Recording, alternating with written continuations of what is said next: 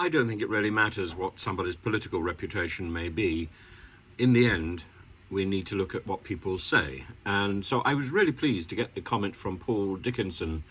Andrew Bridgen MP met with Michael and Susan Rudkin in 2010. By 2014, I had clear evidence that the criminal convictions of the sub-postmasters for fraud were unsafe.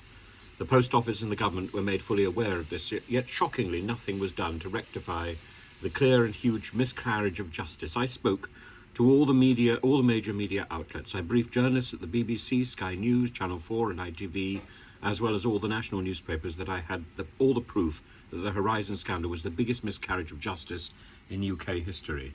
Journalists were keen and excited, but none were allowed by their editors or executives above them to run the story.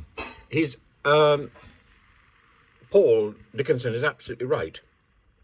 Andrew Bridgen, as I say, whatever you think of him, was one of the first politicians to raise the alarm about the Post Office scandal, and which has seen hundreds of people suffer because of the desperation of the bigwigs in Parliament and in the Post Office to save the honour of the institution.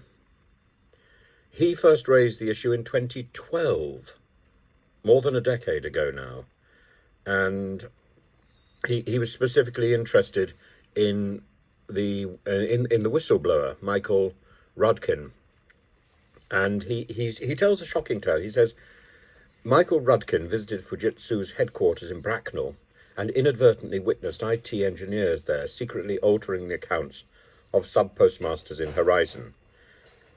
When the managers at Fujitsu realised what my constituent had seen, they ejected him from the building, and he travelled back to his post office in Ibstock, where his wife Susan was his office manager. The next morning, Mr. and Mrs. Rudkin were subject to an early morning raid by the post office's inspectors, who declared that a £44,000 deficit had appeared on their computer overnight.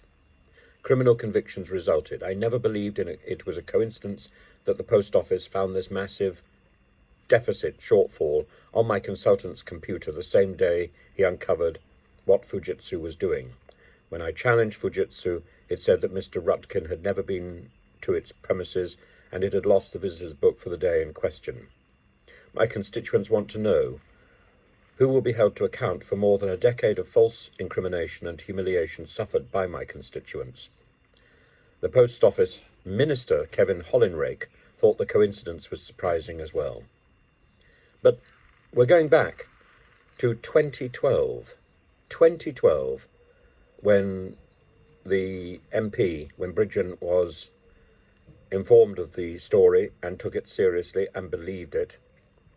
And we're now over a decade later, and it's only because of a dramatisation on the telly that there's any sort of real interest in this story. But we should be out on the streets, marching not only to preserve the good name of the postmasters and postmistresses, but also, surely, to call out the wrong that has been done by the people in control, whether in the government or in the post office, the bigwigs who have ignored the reality, who have ignored the information that Fujitsu was wrong, who have ignored the information that they're innocent people who have been pilloried and imprisoned by people with power. We should be calling this out. We shouldn't just be sitting back and saying, oh, that's so sad, but such a nice drama, Alan Bates versus the Post Office. No, this is a moment of principle. And Bridgen, as I say, whatever you think of him, Bridgen was there at the beginning calling it out.